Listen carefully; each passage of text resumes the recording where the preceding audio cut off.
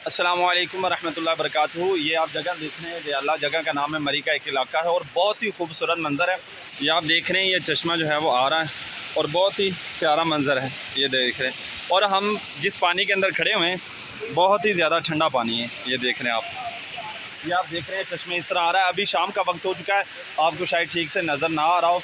इससे ऊपर जो वो जगह देख रहे हैं, वहाँ पर और भी ज़्यादा खूबसूरत मंज़र है और ये पता नहीं कई हज़ार फुट की बुलंदी के ऊपर ये जगह है और बहुत ही प्यारे मंज़र। ये आप देख रहे हैं, आपको ऊपर से पहाड़ भी जो है वो नज़र आ रहे होंगे और इससे नीचे भी जो है वो काफ़ी ज़्यादा गहराई है।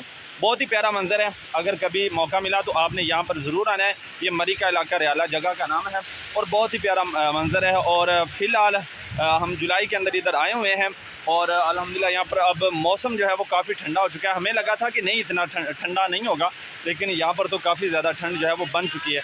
जो ही शाम हो रही है उसी तरह जो है वो ठंड भी जो है वो बढ़ रही है।